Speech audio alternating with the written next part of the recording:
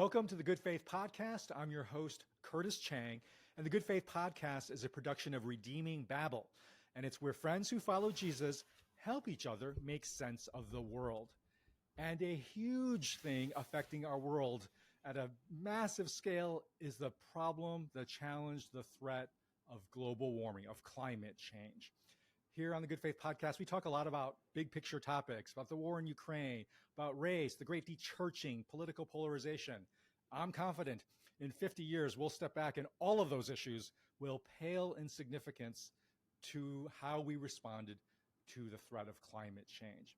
But again, when you compare the magnitude of the issue with the actual level of energy and leadership being produced by the church, it's a massive, massive gap. And that's really the question that I want to address today. Why are Christians struggling so much to make sense of and impact climate change? Why are we struggling so much? And for that, I realized then I had a perfect guest for that. And that is my guest today, Bruce Huber.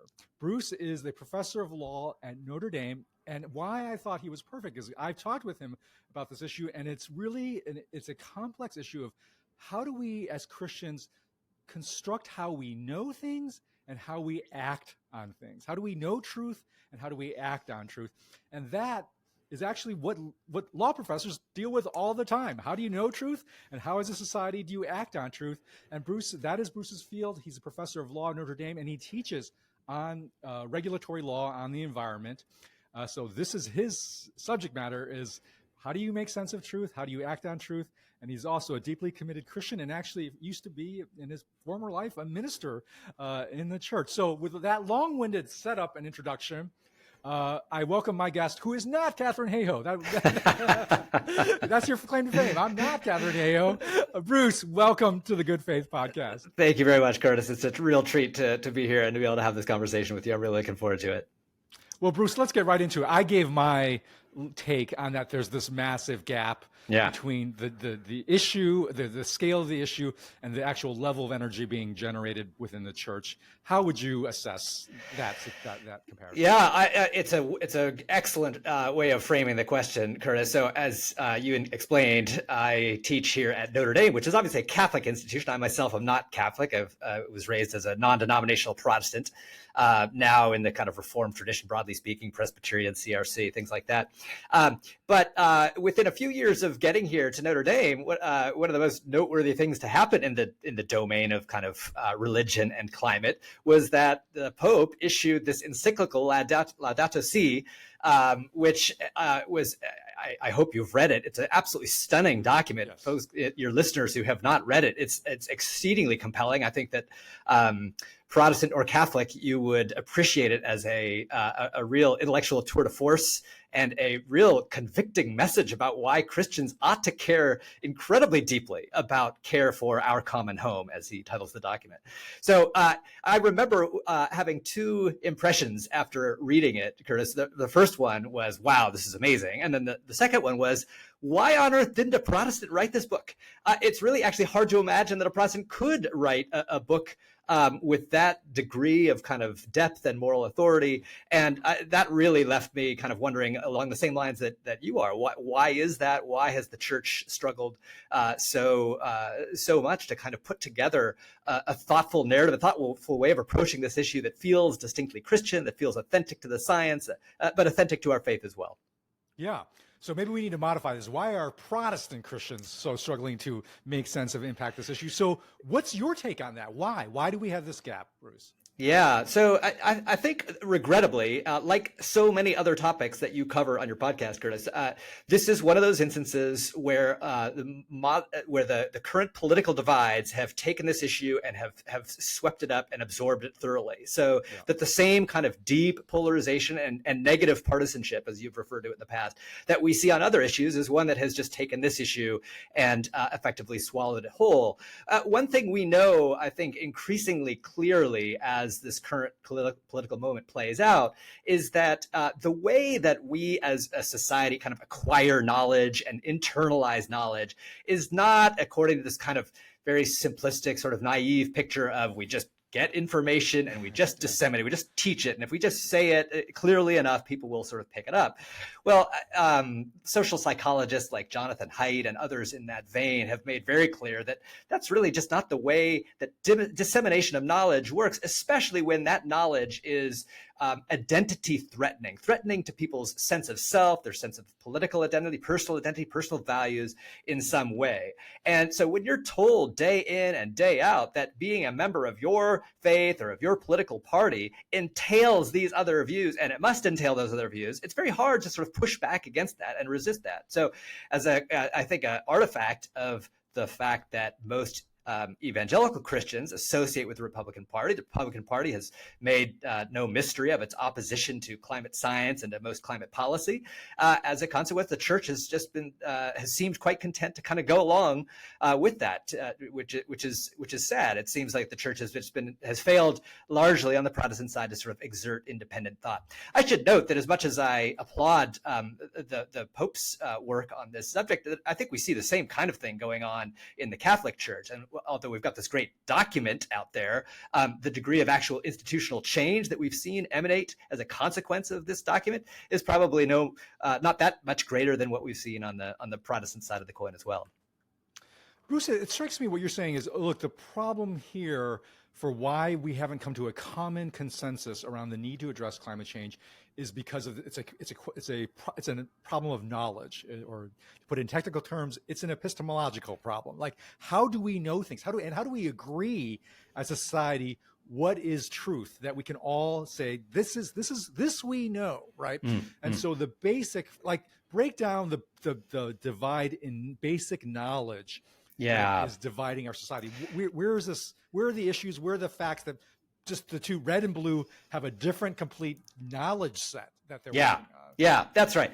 So this is good. I think one way you commonly hear the issue framed in public debate is that there are those who are pro-science and there are those who are anti-science. And I think that just doesn't quite get to the heart of the issue. So obviously, science is an enormous part of this question. And there is a great deal of outstanding scientific work that is being done on the issue of climate change. And that work is picked up and absorbed by some communities and then sort of rejected or ignored by other communities.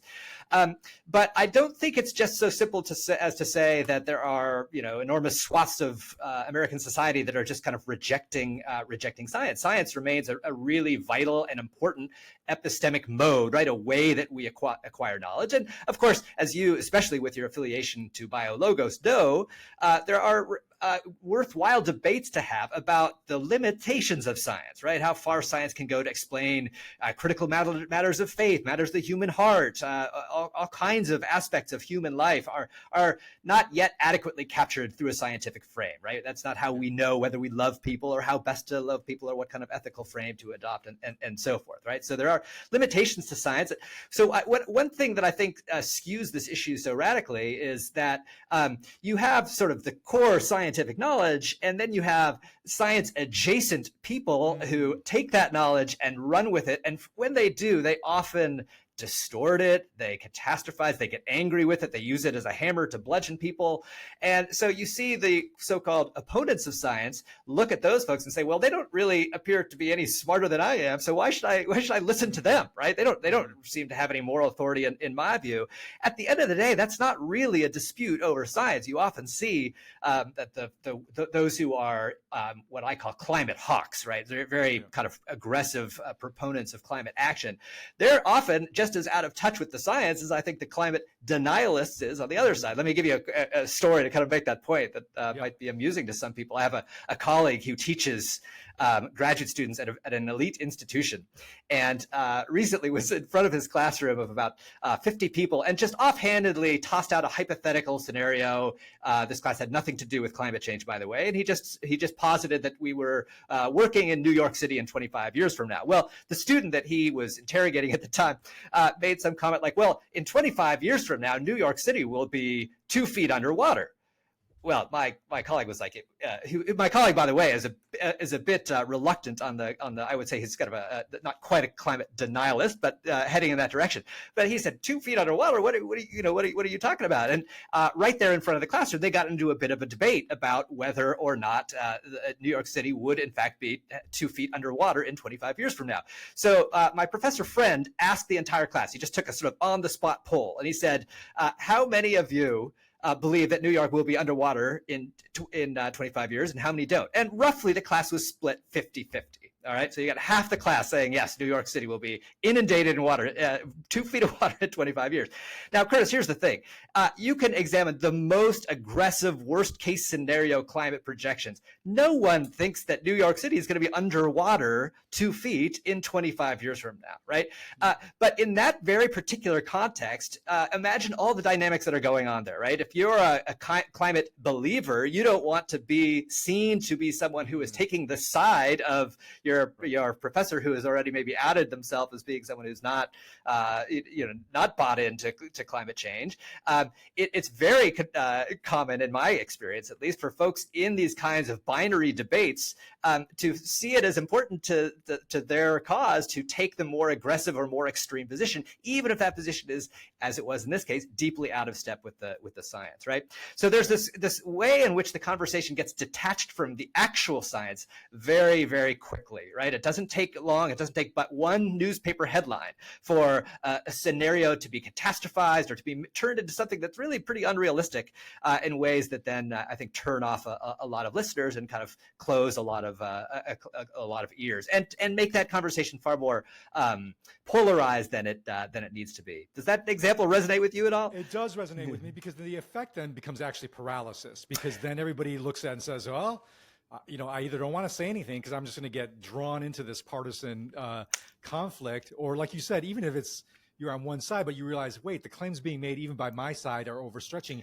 You can't actually, you would be perceived as disloyal.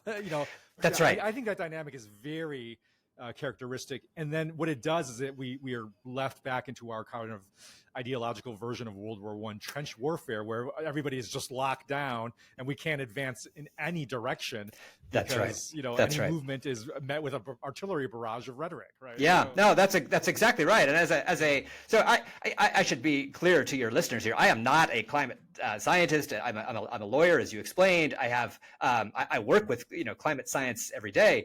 But it's an enormous field, and no one, scientist or non-scientist, could possibly be familiar with the entire scope or corpus of science of climate science. Yet, what I typically see even in professional context, I've been at quite a few conferences where I'll see some version of that kind of same scenario play out, where someone gives a very strong presentation, or maybe a little bit of a disagreement emerges about a particular climate impact, and folks just are they're stumbling all over each other to be taking the more extreme, the more aggressive position. And I think these kinds of social dynamics, again, are the ones that are carrying the day in our field.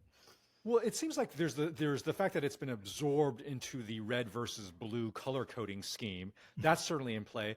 But I wonder, Bruce, what you think about this, that I also think it's something about the stakes that are involved. It's not just that it's been color coded, but the stakes are really high. That's right. Such that on the sort of take climate change seriously side, it's like, oh my gosh, the fate of our planet, of what the world my kids are going to inherit is at stake. And then on the other side, it seems like, wait a minute, you're talking about passing these massively disruptive regulations that could really, have huge economic and social consequences that you as a bureaucrat are just going to pass on based on what I'm going to argue is shaky science, right? Like the stakes seem really high, and so nobody wants to budge and give an inch on this issue, right? Yeah. No, I think that's exactly right. And I think that kind of the fact that the stakes are so high and that people feel so strongly about these priors, as you've identified, makes it harder to yield any ground. Or, for example, if you're on the kind of pro climate change side of the coin, and you hear maybe a story being mischaracterized or maybe a threat being exaggerated,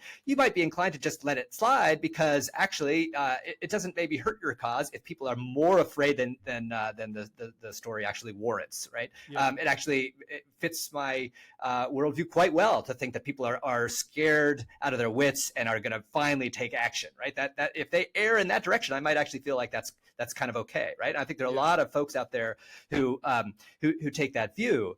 my fear, candidly, in that scenario is that, especially as a Christian, we're also dealing with a bit of a mental health crisis, frankly, in our country. And so when I hear this kind of catastrophizing about climate change, I think as a Christian, it's important for us to cling to hope in Jesus Christ, to hope in God.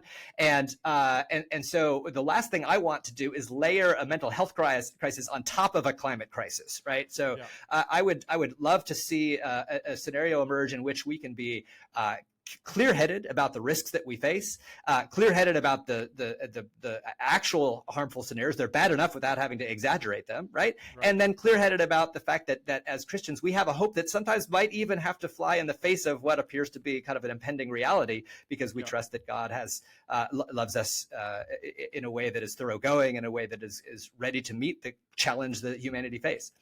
Bruce, I think that is such an insightful point, because one, I can testify firsthand about how the younger emerging generation is afflicted with climate change anxiety. That is a very real, prevalent form of anxiety. They feel like they're going to inherit like you said, a world that is half under, 25 feet underwater kind of thing. And that is an existential fear. It is this generation's version of, I think probably for us, I think you're roughly around my age, of the nuclear, the nuclear war anxiety, Holocaust, absolutely, that we grew up with, and that really shapes how levels of hope and optimism. And I love this vision of, can we as Christians be a voice of hope in this? But it does mean then we have to actually wade into this issue. We can't just be out there waving Pollyannish, hey, everything's going to be all right. God's like, we have to actually enter in intellectually the science of the issue. That's right. We can speak credibly about why there's hope, there's a theological version of hope, but also how does that work out in actual concrete realities that exactly. Study. Yeah. So let's talk about that. It seems like one of the things you're talking about is that, like, science is prone to getting hijacked by advocacy and political forces, such that one side is exaggerating the direness of the situations to almost like shock people or scare people into action, and the other side wants to minimize it so that they can oppose some very potentially far-reaching legislation. How do we get out of that? How do we get out of that deadlock? It's a terrific question, Christian. And this is one of those points in the conversation where I have to begin by simply saying, I don't know. It's an enormous question. It's a good epistemological statement there, Bruce. And it truly is, I think, the conundrum of our time. It's funny. I'm a social scientist by training. Actually, my PhD is in political science. And one phrase that political scientists have come up with to capture scenarios like this one is that of the super wicked problem, which might not sound like a particularly scientific label to apply. But first of all, there were wicked problems that were defined by certain institutional contexts that made them really difficult to solve. And with climate change now, there can be, we needed another word, another adjective really to modify a wicked problem, right? So super wicked problem is what we're up against here. And that's one where it's a problem where we disagree about the goals. We don't really have clarity on the goals. We don't have clarity on how to get there. One thing that we study a lot in the social sciences are scenarios that are called collective action problems. And, you might imagine a scenario where you've got 10 people who are trying to decide on a restaurant for dinner, right? And if you've ever been in that situation, you know that it's not easy just to get 10 people to decide on where to eat, right? Everyone, you've got your vegetarian and your no gluten person and what have you. Well, now imagine that it's 10,000 people and you're trying to decide where to eat, right? That's how big the problem is. Now, ordinarily, when problems get this big, we need some kind of institution to solve this problem. And I realize, Curtis, I'm walking right here into your wheelhouse. Come on in, Bruce. We've talked about anxiety, and now we're going towards institutions. So I love it. The table for you here in the Curtis Chang wheelhouse. Right. But so you got to. I think we have to ask, what are the institutions that could solve a collective action problem of this scale, right? So here's a problem where I can't solve it, you can't solve it, not even one country, not even a country as large as the United States, as prosperous as the United States could solve this with one fell swoop, unilaterally kind of acting on their own, right?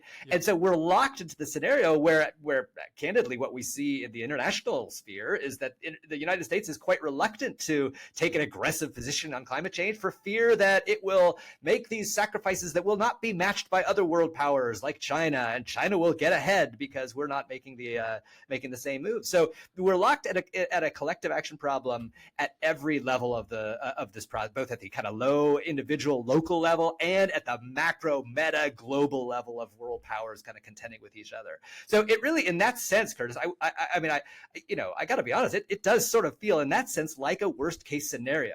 And when you think about what institutions are capable of solving problems on that scale, it's really, it's government, right? I mean, it's the university can't do it. Businesses can't do it.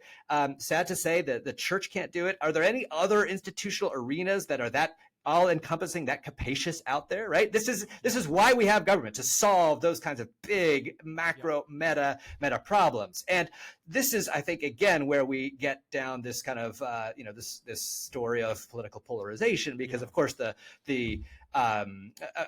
big concern of evangelical Christians in particular for roughly the last century, if not more, has been a real sense of skepticism about government, right? And the bigger the government, the more global the effort that the government is undertaking, the more reluctant Christians become to engage in those processes and to work within those governmental structures, to advocate for positions within those structures. And the rationale there has always been something like, well, government corrupts. We've seen that governments that have power take that power and often turn that power against people of faith. There have been episodes in history that kind of give some validity to that view, but the long and short of it is that Christians have simply absented themselves, I think, from these domains in which government action is the kind of action that is required to solve the problem. Well, just to exercise my wheelhouse rights here, no, I think that is exactly right, because because Christians are just not trained to think and act institutionally, right? Yeah. Our gospel is so heavily conditions us to think on individual terms. And so when we are confronted with super wicked problems, or even just wicked problems that by definition require institutional thinking, requires collective action, we don't have categories for that. Such that we can only treat the institution as a threat. We can't treat it actually as something human, as actually a way in which human beings reflect and image God at the collective level. This is how we human beings act out our stewardship, imaging responsibility. And because we don't have that narrative that you don't just, reflect the stewardship, image-bearing function as individuals. We need to do that as institutions, because we don't, as evangelicals, have a category for that. We treat that then just as a threat, as an other, as something that will infringe on my individual sphere of action, not recognizing, wait a minute, institutions are humans.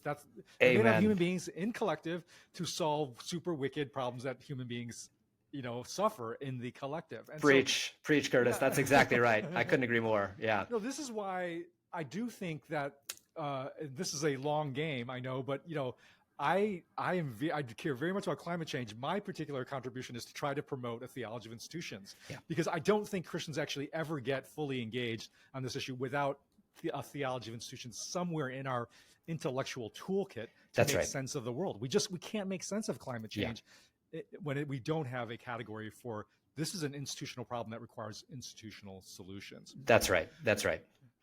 Yeah, I think you put that very, very well. And I think the problem, I see it every day here at the law school at which I teach. Now, Curtis, fortunately, I'm teaching at a law school that has a Christian bent to it, right? Notre Dame presents itself to the world as a Catholic law school. And so one of the joys of being here is I actually get a fair number of students that come through that are quite faithful Christians.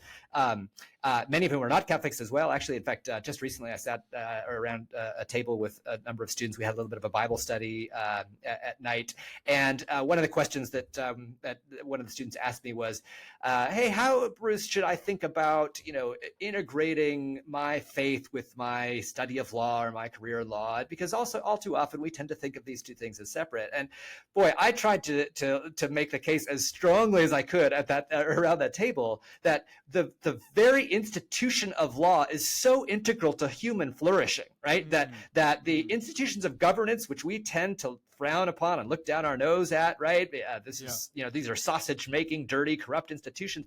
But this is how our world is governed. And, you can look through the pages of Scripture from the beginning to the end. And so many of the cries that we see from God's people in the pages of Scripture, especially among the prophets, but in the Psalms as well, are cries to be governed well, right? Cries at God. We just long to be governed in a way that is just, a way that reflects your goodness, that enables us to live lives of flourishing and so forth. And so, law is a critical component of that, but just governance in a way that every citizen must experience. That too is a critical aspect, I think, of God's blessing on the world. So I couldn't agree more that we need to reinvigorate a strong Christian sense of taking these institutions and enabling them to do the good work that God calls us to do via those institutions. And that's got to entail work on the environment, work on climate. I think you're absolutely spot on. Right, and I want to start with the problem, the issue of knowledge. What can we know? And this is where, Bruce, I think actually the fact that you are a law professor is one of the reasons why I was so excited to have you on this conversation, because it seems like we actually need to have almost a lawyerly-like posture towards the science, because, that's what lawyers do. You sift through the evidence and you say, well, what can you actually find is reliable and is actionable, and what is still uncertain or contestable or even false, right? Like you're in the business of weighing truth, weighing evidence. So I want you to put on your law professor hat, and I want to say we're going to together in a very kind of high level way look at the evidence of the body of knowledge around climate change. And I want to structure this into three big questions, right? Which is the fundamental one: is it happening? Because that even itself is contested. Is climate change happening, especially happening at a kind of a truly, sort of human threatening level? Is it happening? Secondly, what's causing it? Right? Because if we're going to solve this problem, we need to at least know, well, what's the causal engines behind it. And third, well, what needs to happen? What's the solution, right? So is it happening? What's causing it? What's the solution? Let's start with the first one. The body of evidence. When you look at it from a law professor hat, how would you evaluate the evidence of whether it is happening and how bad is it happening? Yeah, Curtis, well put. I like this kind of trifurcation, if I can call it that. I think that's well done. Yes, there's absolutely no question that the climate is changing. That part, I think, is simply beyond question at this point. I have the good fortune of living. My backyard neighbor is himself a climate scientist, actually. So I periodically get to have conversations with a real life climate scientist, and actually that's another real joy and blessing of being in a major research institution, is getting to have conversations with people who do this on a day-to-day basis and consume the science regularly. And one thing I would say, I think we maybe too often assume that scientists betray their scientific values, their values as scientific practitioners when they encounter a politicized topic, right? And one thing that I have gained is a tremendous amount of respect for simply the practice of science, the rigor of the practice of science, the kinds of norms and conventions that science has got going on internally to create checks. We often hear from climate denialists, I think, that scientists are out there as a monolithic body kind of trying to urge everyone to see their view. I don't think anything could be farther from the truth. I think it's a real bad characterization of the scientific community. There are enormous professional incentives to being the person that finds something new, right? That finds something that's actually different than what the mainstream upends the prevailing paradigm, right? Exactly. That's how you get tenure. That's exactly right. So of course there's sort of there's a cluster of disagreement about various points, but the points of disagreement, I think, on this question as to whether the climate changing are now so minute as to eliminate the need to sort of really wrestle with whether the climate is changing. Let me just give you a sense of the kinds of detail that we might be talking about. When one of the key metrics that we're concerned about is the Earth warming. Well, if you just think about it for a minute, how would you even go about coming up with a assessment of whether the Earth is warming? I sometimes have my students kind of go through this exercise, and they obviously recognize this can involve a thermometer, right? Okay, I need a thermometer. But then the question, well, where do I put it? How many of them do I need? Right now, if it doesn't take very many questions down this train before you realize, like, this is actually just simply coming up with a number about how to measure the temperature of the planet, do so the same way each year, year in, year out, so that we have a consistent measure across a long period of time, right? That itself is a fairly thorny question.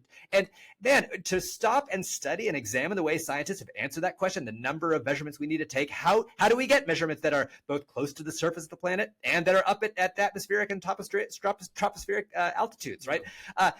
Those are not easy things. And I think when you stop and examine how scientists are actually going about this, it gives you just enormous respect for the kind of work that is being done, the intellectual ingenuity that's being applied, right? And so I just wanted to get that out there because I think it's really important to recognize that even the moves that seem the most straightforward are fraught with complexity, and it gives you just enormous respect for the expertise that people have in drawing these conclusions. But so I apologize for the digression there, but I really think it's critical to kind of color for people how complicated some of even the very simple moves in climate science are. But on this point, I don't think there can be any dispute. We know that CO2 levels are rising rapidly. We have very, very good data on that. We know that average temperatures have risen roughly a degree centigrade since between 1900 and 2000, and much more to come. We're locked into far higher temperature gradients than that. And so yeah, that part I think we're dead certain. How would you weigh the evidence that this is happening at a rate that really we should be concerned about, that this is going to actually seriously disrupt human life on the planet? So now you're already, as soon as you ask that question, now we're getting at the question of human values, because different people are going to care about different things, right? Some people watch, they spend their days watching baseball, and and others of us go hiking and backpacking. So I might be much more sensitive to, say, extinctions among endangered species than the average baseball fan. I use that example only because I know you're a baseball guy. But so I also go on hikes, so I'm with okay, good.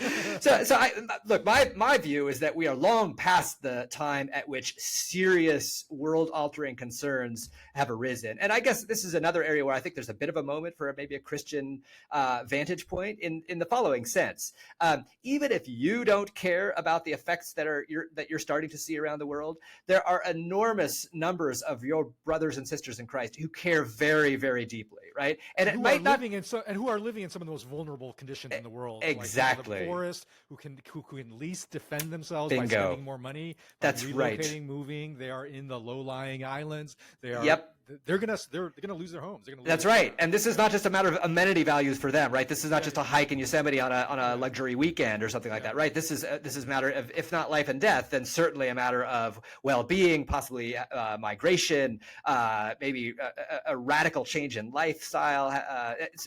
All those kinds of things are at play when we're talking about vulnerable populations who are contending with the outer ends of the climate crisis. Yeah. Right. So it seems like you're saying, look, it's happening.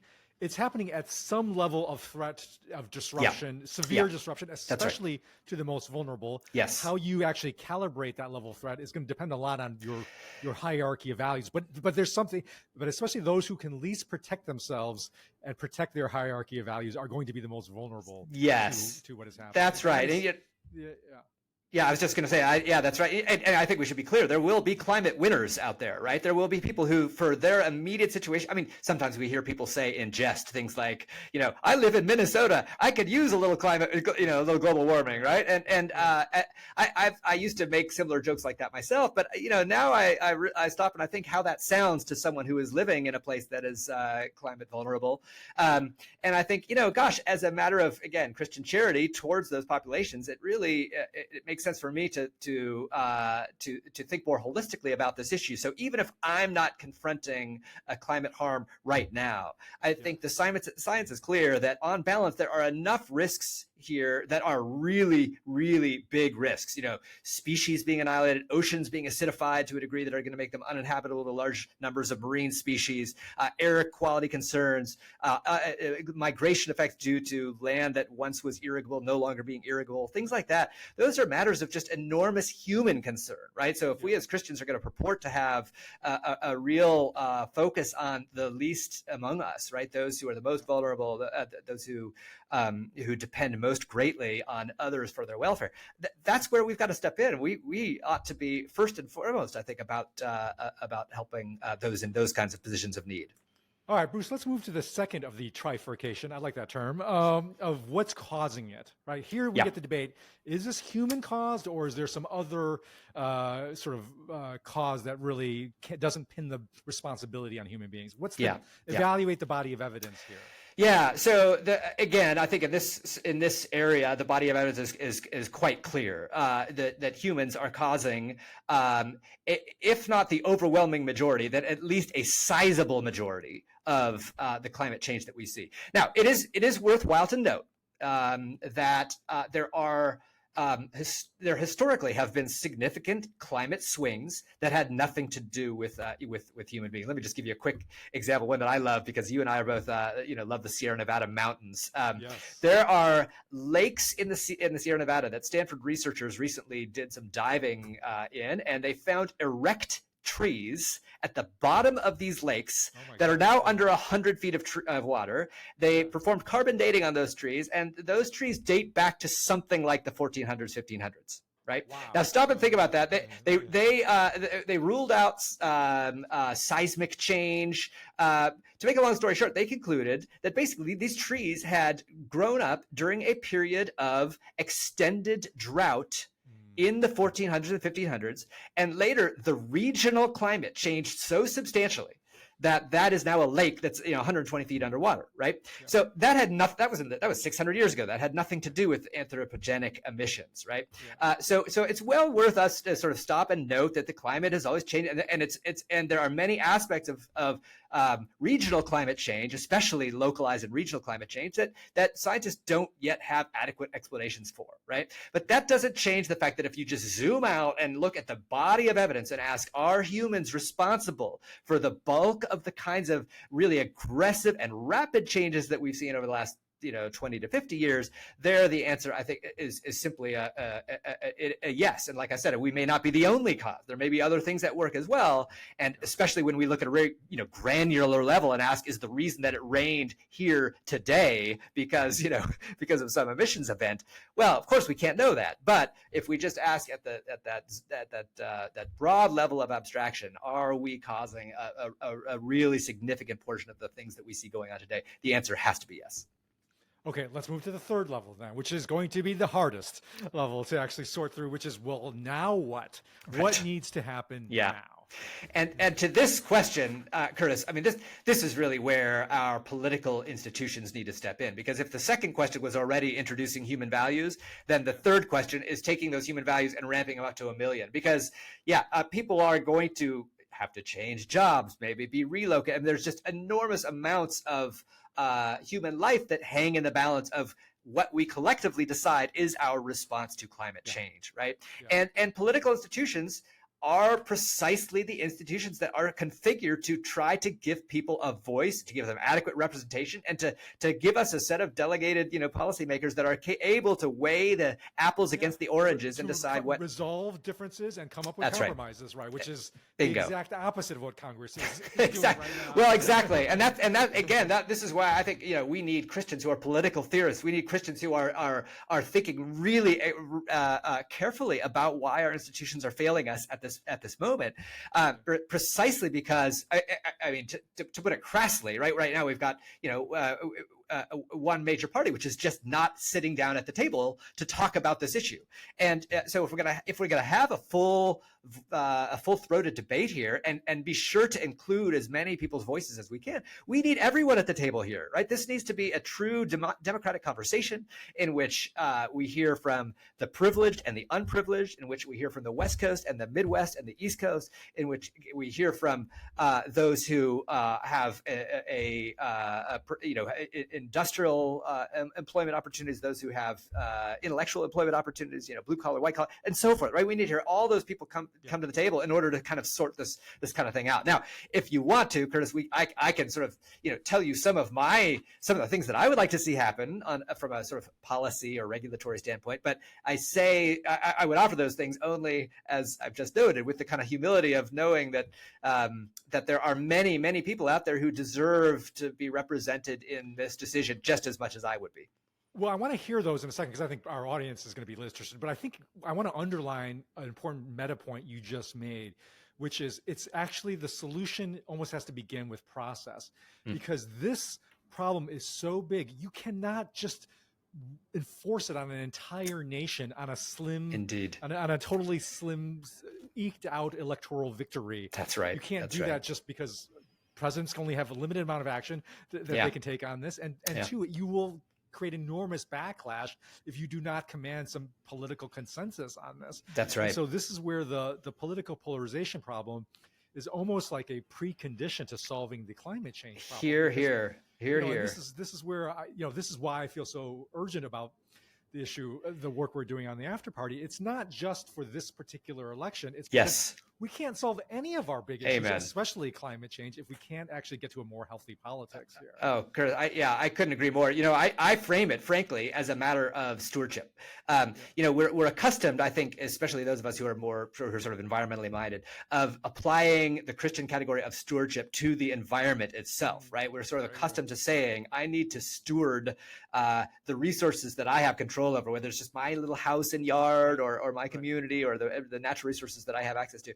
But I think, frankly, we need to think more consistently and clearly about stewarding governance, right? Stewarding the power that we have. Institutions, right? Absolutely. We absolutely have to steward them. Yeah, they're part of the ecosystem. That's exactly right. Ecosystem, right? Yeah, and sadly, to me, for far too long, I think there are way too many politicians, including those who purport to speak for Christians, that have made it a political move to attack institutions, to tear down government capacity. And I completely get that government has overreached. It has done things that have harmed people, right? It is absolutely true to say that governments fail. They're human as well, right? And yet we need those institutions to exist precisely for moments when we have problems like this. Imagine if there was an asteroid hurtling to our planet. We would want to have the infrastructure available to us, right, to be able to generate a very rapid solution to that problem. We need to get Bruce Willis into space so that he can detonate that asteroid. That's right. Yeah. So we're now in that situation, and we desperately need these institutions that we've been sort of dismantling, over the decades. And so I believe we need to erect those institutions. We need to care for them and tend to them very carefully. And then, this is a sharp message too for those who hold political power, right? You're part of that stewardship story, and part of the reason those institutions are being dismantled is because there might have been a time when you thought that the ends justified the means, and you abused your power in that institution, right? So our Christian ethic needs to entail all these kinds of categories that, as you point out so rightly, interact with institutional operation, right? That we as Christians need to apply theology and Christian thinking to those positions. I love that vision of stewardship of our institutional ecosystem as part of the broader stewardship call, and that we can't actually steward our natural ecosystem well if we can't steward that human ecosystem well. Preach that, Bruce. Teach your Notre Dame students that truth. Doing my best. Yeah. Well, give us the laundry list. Okay, so I hear your caveat of look, you got to solve the big process issues. You got to solve the institutional issues. But if you had your magic wand, create an a healthy institutional ecosystem to enact certain policies, what would be top on your list? So yes, with all the appropriate caveats in place, I mean, I think in a perfect world, what we would have is some way of from on high commanding people to abate carbon emissions in some very, some sort of massive and fair and across the board way, right? A sort of a prohibitive approach. Well, it's surprising to no one to find out that governments have right now, how would I put this? The marketplace has grown far more rapidly than government power has, right? So the amount of just commercial market-driven activity that we are all undertaking as human beings is enormous. And so right now, if I had my magic wand, the one best thing I think we could do would be to impose a carbon tax. And I know that's an idea that has a lot of proponents and a lot of opponents, but precisely because the government, as it currently stands, is not really in a position to sort of just by sheer fiat or edict to tell people, stop driving, only drive one day a week, drive, your gas is rationed or something like that. A carbon tax is probably the simplest tool that we have available to us that it would in one fell swoop help people to make better decisions in their day-to-day lives that would reflect the climate peril that we face. They would be compelled to take account of the fact that they're driving their car to work is now going to cost them, triple what it used to, right? Now, I recognize that has regressive implications. There are those at the lower end of the income spectrum that need to drive, that they don't have ready access to substitutes like working from home in the way that we that some of the upper middle class folks might have, right? But then we need to, I think, backfill and come up with other policy solutions to those kinds of knock-on effects. I like that. I mean, that feels like very congruent with one of my favorite Catholic concepts that you guys teach at Notre Dame, which is subsidiarity, which is like push the actual decisions down of lifestyle down as local a level, as individual family level as much as possible. Government, what they do best is tax and redistribute. Government, when government tries to enforce and prescribe behavior, that's usually when it overreaches, because it precisely violates, I think, that wonderful Catholic doctrine of subsidiarity. Humans are best able to choose what to do when you give them power to decide at the local, individual, family level. But you have to change. The government has to create the right incentive structures around that captures what economists call externalities, ways in which we can act and actually incur costs to other people by our own behavior. And in this case, we're incurring costs to people in Bangladesh. We're incurring costs to future generations. That's right. By our carbon emissions, and so we need to have some way to capture that cost and redistribute it more equitably and more fairly. I think that's exactly right. The principle of subsidiarity is a great one, folks. Folks among your listenership who have not heard about that or a concept or unfamiliar with it, I commend it to them, because I couldn't agree more. I think a great example of that kind of principle at work. I'm going to draw an example here from the realm of water policy. That's another area that I've done some work in. And one of the big concerns that I have about climate change is the availability of fresh water. And one of the interesting things about water concerns is that water availability is not evenly distributed geographically, right? There are plenty of places around the country and world that are wet and maybe even too wet. And there are other places that are radically dry. So, oftentimes you'll hear, if you go to hotels these days, it seems like hotels are urging you to kind of conserve water. Wherever the hotel is, it could be in a very wet place, could be in a very dry place. So you kind of get this message that we all need to conserve water. And I get that from the standpoint of we need to just adjust human behavior, maybe to make it more, kind of across the board, make people more cognizant of the fact that water is something that can be wasted. I actually live in a place that here in South Bend, Indiana, that used to be under a big swamp. And actually there are places very near me where if we did not tap as much groundwater as we currently do, those places would re-swampify very quickly, right? So the oddity of living in a place where I do is we actually need, in some instances, to keep using the water that we're using in order to those long showers. Bruce. That's right. But of course, we wouldn't.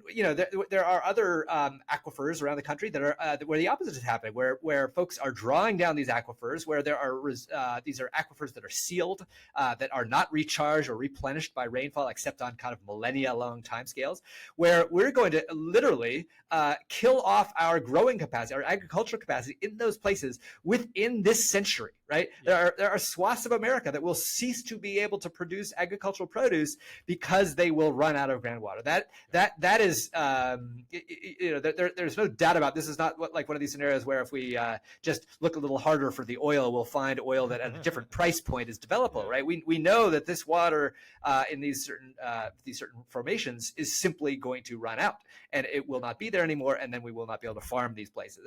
So when I think about subsidiarity and the need for local control over certain resources, that's the kind of scenario that I envision. And unfortunately, in the context of groundwater, that's an area of grievous failure, where even at the local / regional level, we've seen a real an inability, I'd say, of governance to adequately attend to that problem and to create a scenario where people will leave the water in the ground and not mine it to the degree that they do. Bruce, we've been talking a lot about how it's important for Christians to just get involved in the very human act of stewardship, stewarding not just our environment, but our human ecosystem of institutions that we need to properly care for the institutions. And that's something we can just do as Christians because we care about the environment. We care about fulfilling the God-given mandate to care for this world. And that's something we can do kind of side by side, shoulder by shoulder with anybody. And part of it, we can do that in secular institutions. In fact, we need to do that as members and contributors to secular institutions. I want in this last part of the segment to talk about what can Christians bring distinctively because they are Christians, because they have the Christian vision of the world, because they have the Christian virtues, right? Yeah. And I want to especially talk about the virtues because I know Notre Dame really does well in terms of cultivating the virtues and helping your students think about cultivating virtues. Yeah. What distinctively Christian virtues can we contribute to the climate changes? Yeah, that's exactly the right question to ask. And so the greatest of these is love, right? And I think it's a worthwhile thing to contemplate how we might better exercise love as Christians given the climate crisis. And one way I think about this begins with the story of the Good Samaritan, right? So when Jesus is asked to describe love, the picture that he paints is of a Samaritan being willing to love in what we might call the context of a lot of social distance, right? Mm-hmm. And I think that's just a really critical way to think about how we need to conceptualize love in a modern era in which the impacts that we're concerned about are ones that are global and that are playing out over really long time scales, right? Where I'm not really going to see the person that I'm harming. So in the same way, Curtis, like these days, I think some Christians are aware that maybe, for example, they don't want to buy fast fashion products that are produced by the product of of slave labor or child labor or something like that, right? And to me, that's all to the good. And what's remarkable about those instances is that those buyers they don't know the people, they don't see the people, right? But they're willing to still exercise love and compassion for those people across a great degree of social distance. Well, in the current kind of market world in which we live, we seldom see the people that are impacted by our decisions, or in the case of climate, I'd say that many of those people don't even exist yet, right? We're talking about future. Been born yet. That's right. That's right. Yeah. And so I think we just need to, especially among Christian leaders, do a better job of helping the church think in these terms, right? To think that part of the way that we display the virtue of love is by intentionally, very deliberately thinking, what would it mean to love the people that are around the planet from me and 100 years in the future, right? What can we do to enable them to see the goodness of God's creation in a really thoroughgoing way, even though we don't know who they are? I love that vision. I mean, it just strikes me that, that's the holistic pro-life agenda. That is what it means to care for the unborn, not just the unborn at threat of abortion, but the unborn who is at threat of being born into a world that is devastated, right? Or more or less hospitable to that child than that we otherwise could be, and that we ought to be baking into our thinking, our prayers, our decisions, that there are millions of unborn who are going to be affected by decisions that we make, certainly individually, but also especially collectively, institutionally. Bruce, end with us on hope, because that is also another core spiritual virtue, and that seems to be the one in which the lack of hope is shuts down action faster than anything else, right? I see that in myself. I see that in other Christians. It's like they just kind of want to throw their hands. Well, there's nothing we can do, so let's just not think about it because it's hopeless. And so often our tendency is to want to apply hope to some hook, right? That gives us a sense that hope is a reasonable thing to have, right? And the difficulty with climate change is we don't know where that hook is right now, right? We don't know where the good news is gonna come from here. But that's where I think it's all the more critical for the church to be the people that simply say, look, we trust a God that is so big that this problem is not too big for him. Now, Yeah. that's not to say that we get to throw up our arms and just sort of, consume fossil fuels. Right, right, exactly. Yeah. And there's ample scriptural precedent for that, or resources that we could draw from scripture to kind of make that point. But I do think it's really critical to say loudly and clearly that even though we don't know where the solution is going to come from, right? In fact, in fact, maybe even because we don't know, we have to place our hope in God. We serve a God who regularly in Scripture comes to the aid of those who have taken their army and weaned it down to 300 people, that have no idea how they're going to combat the force of the Assyrians against them, right? No idea how the leader that they saw crucified in front of them at Gethsemane is going to somehow manage to live up to this idea of messiahship that they had learned to apply to him, right? In the face of those kinds of odds, we are the people who say we believe that God somehow, in a way that we can't see or understand, is capable of addressing this problem. And so I think that applies just as squarely to climate change as it does to human sin or all manner of evil and human shortcoming and failure that we face.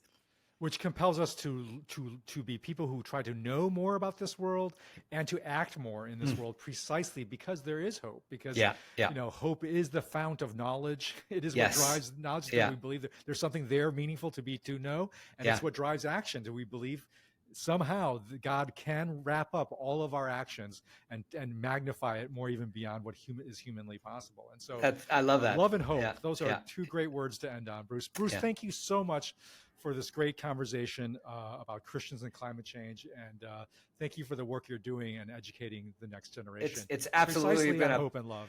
It's absolutely been a pleasure, Curtis. Anytime you need to talk to somebody who's not Catherine Hayhoe, I'm your guy. All right, excellent. We've got that slot filled. Bruce, thanks so much. And to listeners, we welcome you to come back next week in our little circle of hope and love and join us around the campfire.